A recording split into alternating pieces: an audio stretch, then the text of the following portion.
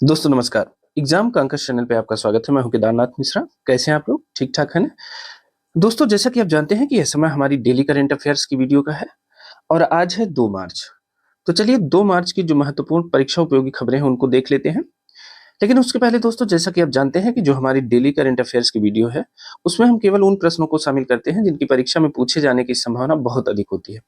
इसलिए प्रश्नों की संख्या बहुत कम होती है, साथ ही वीडियो बहुत बड़ी नहीं होती है, छोटी सी वीडियो होती है लेकिन उपयोगी बहुत होती है। इसलिए पूरी वीडियो देखने का प्रयास किया करिए।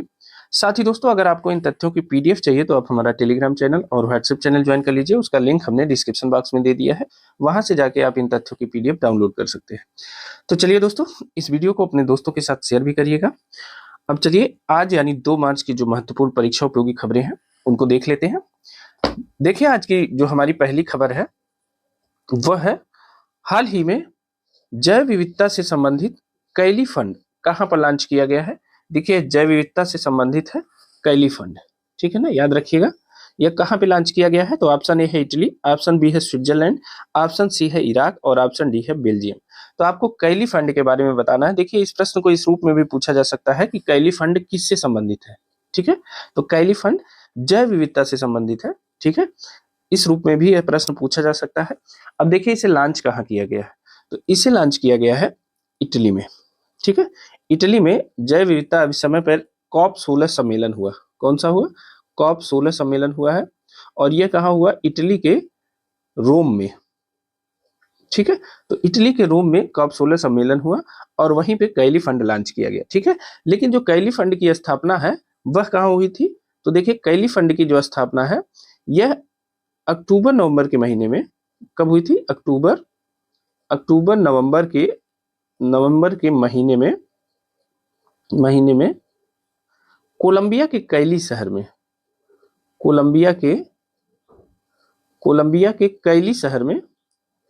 कैली शहर में कैली फंड की स्थापना हुई थी, ठीक है ना। कैली फंड की स्थापना हुई थी, ठीक है ना। तो ध्यान रखिएगा कि अक्टूबर नवंबर 2024 में कोलंबिया के कैली शहर में कैली फंड की स्थापना हुई थी, ठीक है ना। अब देखिए चूंकि जैव विविधता पर जो COP16 का सम्मेलन था, इसका जो प्रथम चरण था COP16 का प्रथम चरण जो था यह जो है कोलंबिया के कैली शहर में संपन्न हुआ था और वहीं पे कैली फंड की स्थापना की गई है। और कैली फंड जो वास्तव में है यह एक वैश्विक कोष है। क्या है कैली फंड? कैली फंड एक वैश्विक कोष है, ठीक है ना। इस समय बहुत चर्चा में है, ध्यान से सुनिएगा इसको। कैली फंड क्या है? एक वैश्विक कोष है, ठीक है ना। अब देखिए अगर यह वैश्विक कोष है कैली फंड तो इसका उद्देश्य क्या है? तो इसका उद्देश्य है कि उन निजी कंपनियों से, देखिए कैली फंड का जो उद्देश्य है उसको देख लेते हैं। इसका उद्देश्य है उन निजी कंपनियों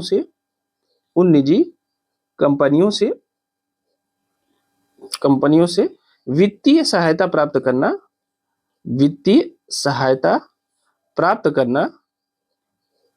करना जो अपने उद्योगों में आनुवंशिक डेटा का उपयोग करती है, ठीक है। आनुवंशिक डेटा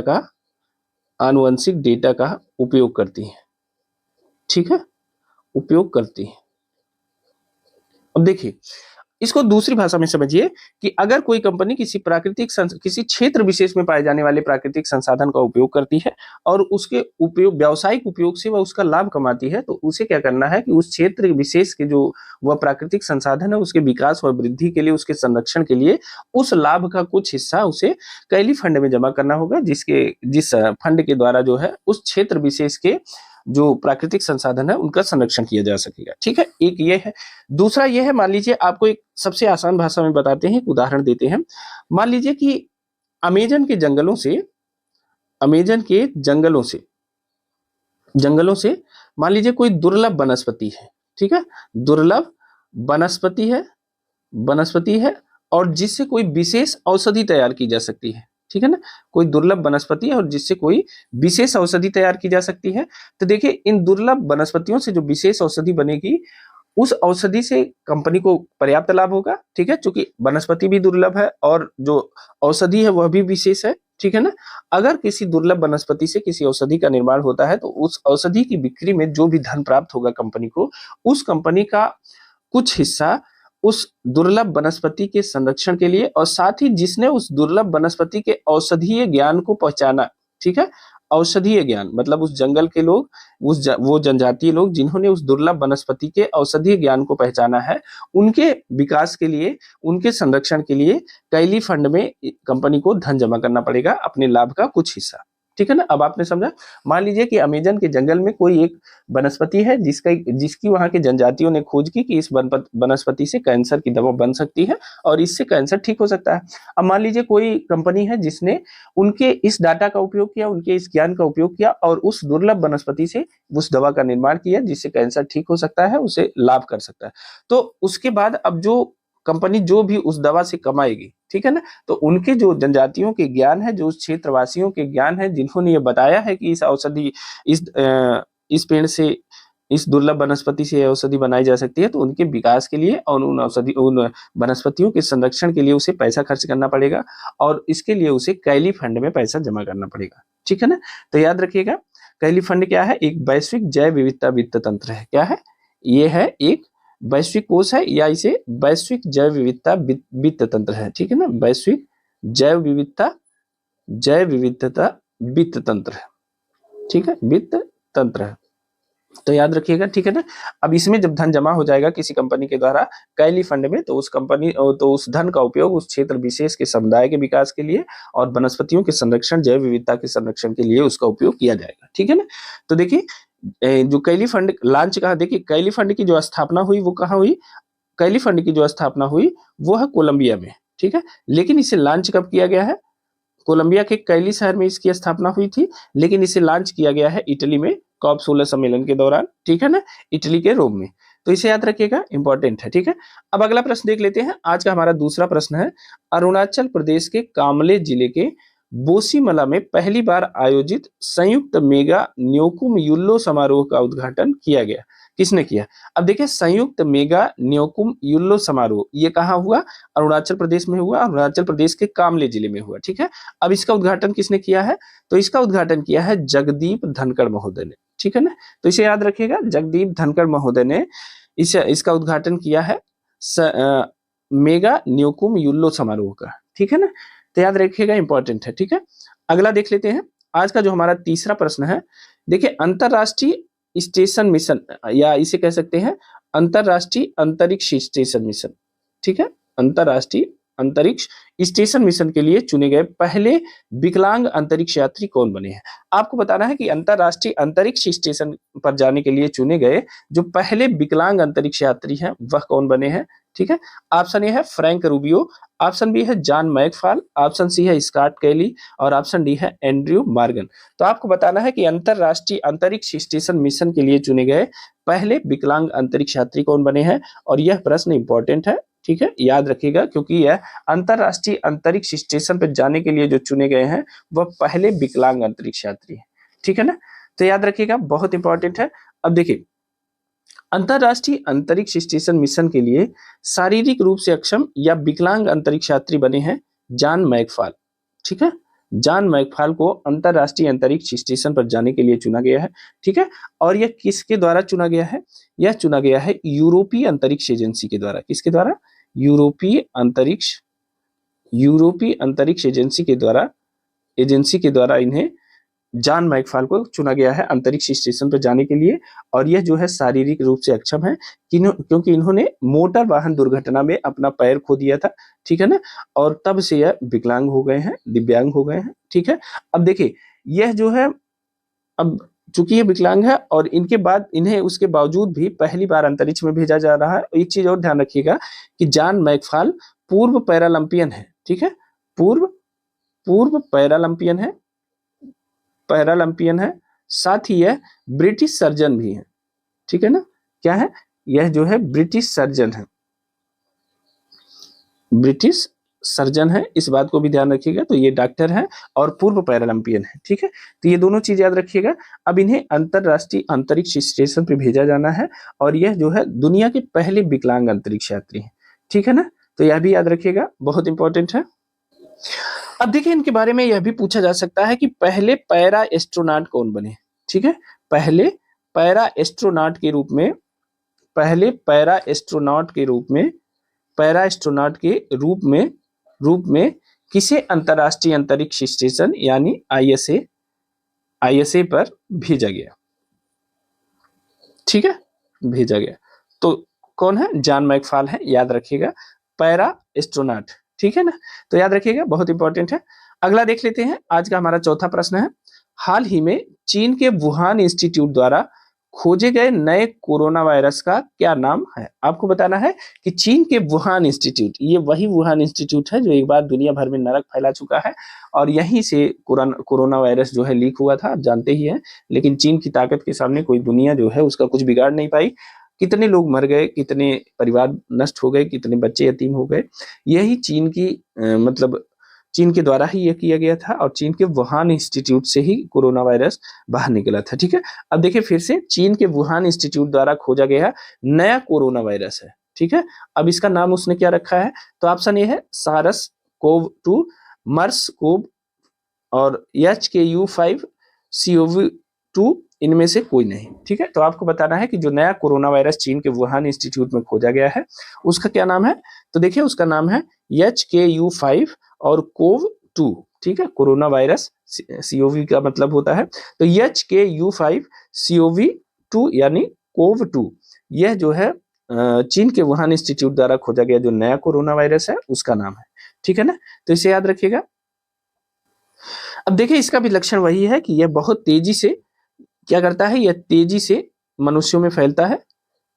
चूंकि यह कोरोना वायरस है तो जानते ही हैं, तेजी से मनुष्यों में फैलता है और गंभीर रोगों का खतरा उत्पन्न करता है। ठीक है, गंभीर रोगों का खतरा उत्पन्न करता है।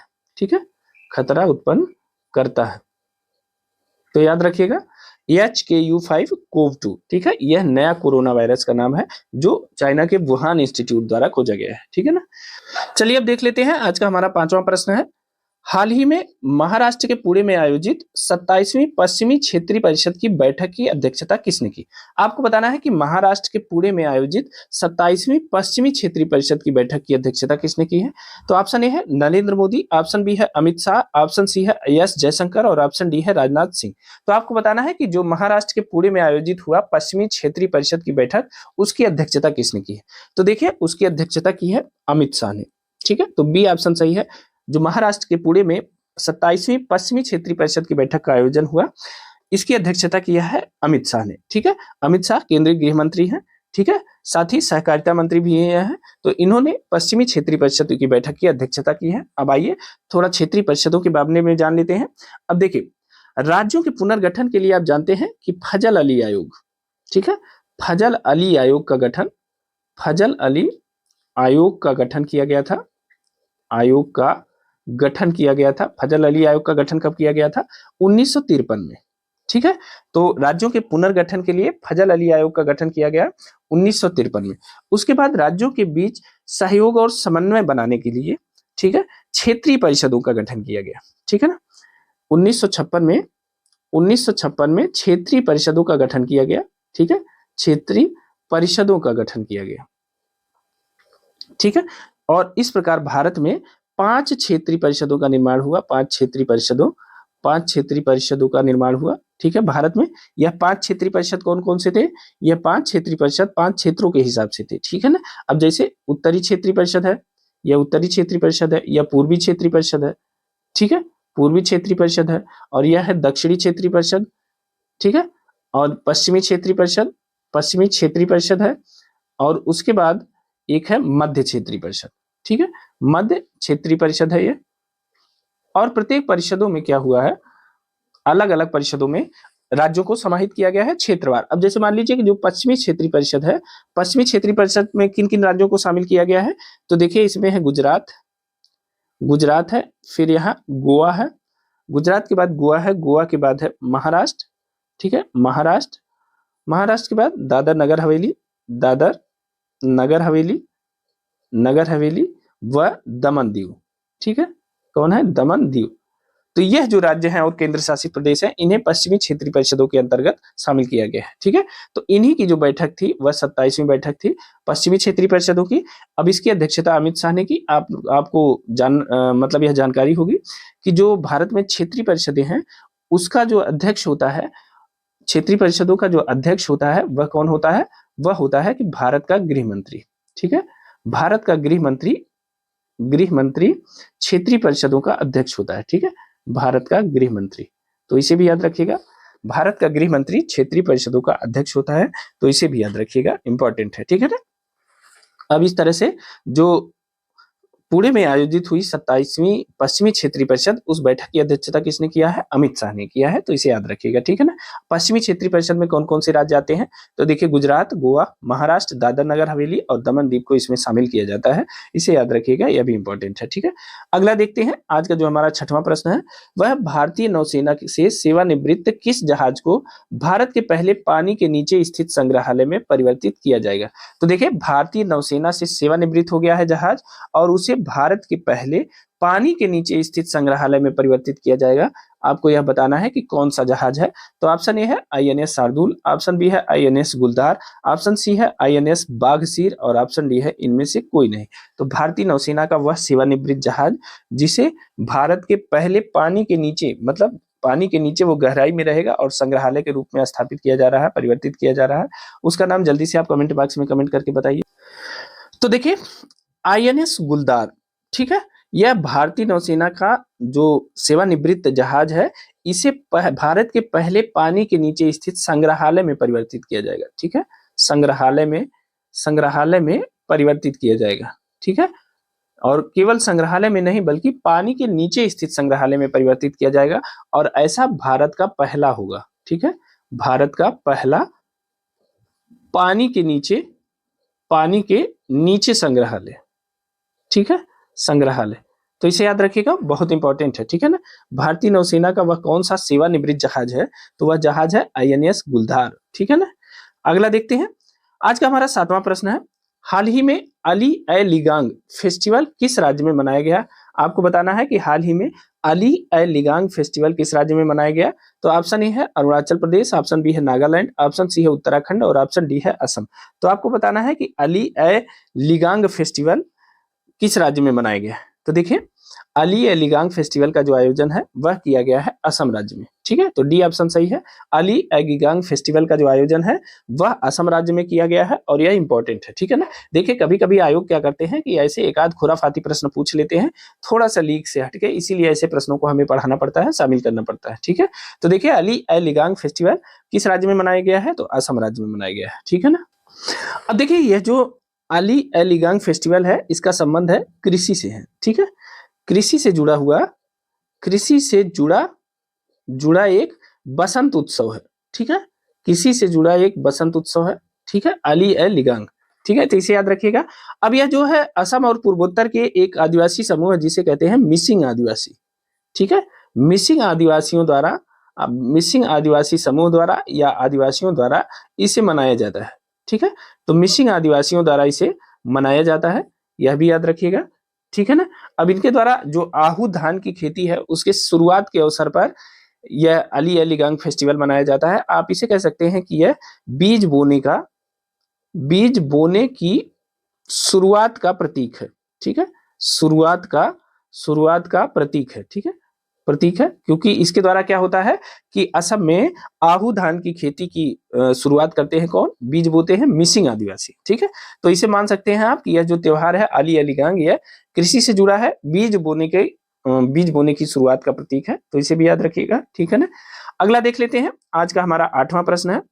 देखिए, मूडीज ने वित्त वर्ष 2025 में भारत की जीडीपी वृद्धि दर कितने प्रतिशत रहने का अनुमान लगाया है? आप जानते हैं कि मूडीज क्या है? एक क्रेडिट रेटिंग एजेंसी है। ठीक है, तो मूडीज के द्वारा वित्त वर्ष 2025 में भारत की जीडीपी वृद्धि दर कितने प्रतिशत रहने का अनुमान लगाया गया है? तो ऑप्शन ए है 6.2%, ऑप्शन बी है 6.3%, ऑप्शन सी है 6.4% और ऑप्शन डी है 6.7%।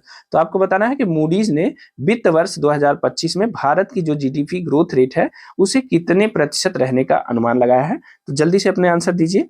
तो देखिए मूडीज द्वारा जो भारत की जीडीपी वृद्धि दर का अनुमान है वह लगाया गया है 6.4%। ठीक है, तो याद रखिएगा भारत की जीडीपी वृद्धि दर का जो अनुमान है वह मूडीज ने वर्ष 2025 के लिए 6.4% निर्धारित किया है, अनुमान लगाया है। ठीक है ना, तो याद रखिएगा यह इंपॉर्टेंट है, यह प्रश्न इसी रूप में पूछा जा सकता है। ठीक है ना, अब चलिए आज के अगले प्रश्न की तरफ चलते हैं। आज का हमारा नवा प्रश्न है। देखिए प्रश्न थोड़ा सा बड़ा दिखाई दे रहा है।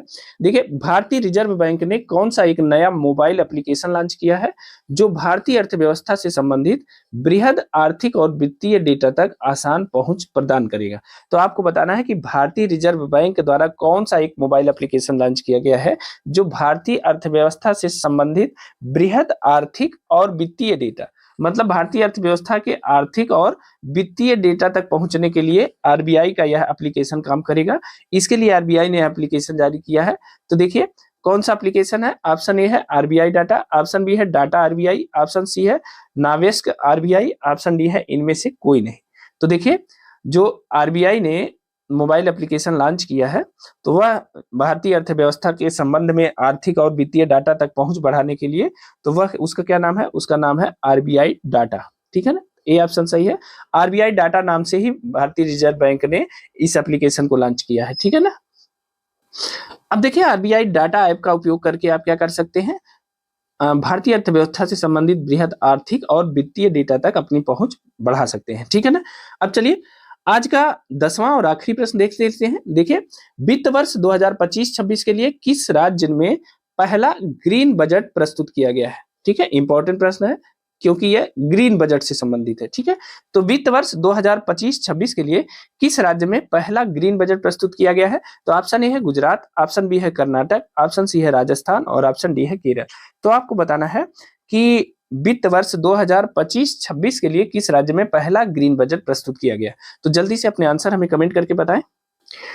तो देखिए वर्ष 2025-26 के लिए पहला ग्रीन बजट प्रस्तुत करने वाला जो राज्य है वह है राजस्थान।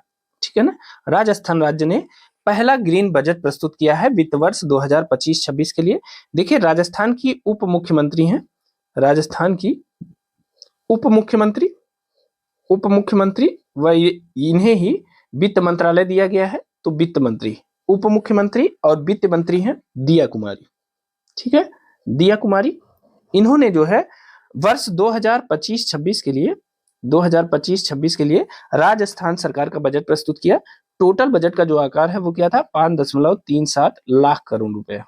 ठीक है, लाख करोड़ रुपए, और यह राजस्थान सरकार का बजट था। ठीक है ना, अब इसके द्वारा इन्होंने पूरे राजस्थान में बिजली, सड़क, पानी, स्वास्थ्य एवं कृषि को प्राथमिकता दी। ठीक है ना, एवं कृषि को प्राथमिकता दी अपने बजट में। ठीक है ना, प्राथमिकता दी, और साथ ही अभी बताया कि प्रत्येक वर्ष 2.75 लाख नौकरियों की भी घोषणा की है राजस्थान सरकार ने। प्रत्येक वर्ष 2.75 लाख नौकरियां देने का वादा।